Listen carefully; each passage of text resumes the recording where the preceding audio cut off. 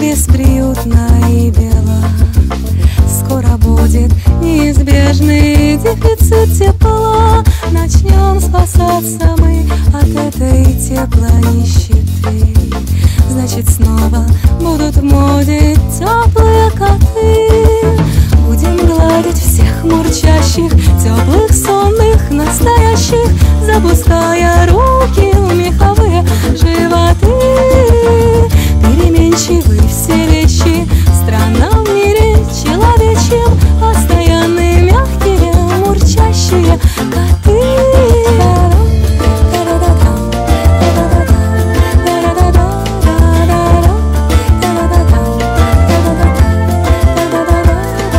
Все бегут домой с холодных улиц и пустых.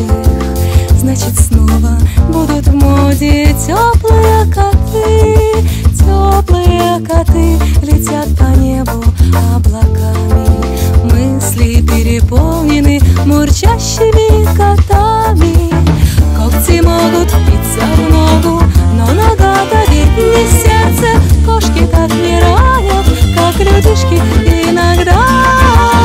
Теплый кот меня утешит, ляжет на больное место, и усну я, обнимая теплого кота.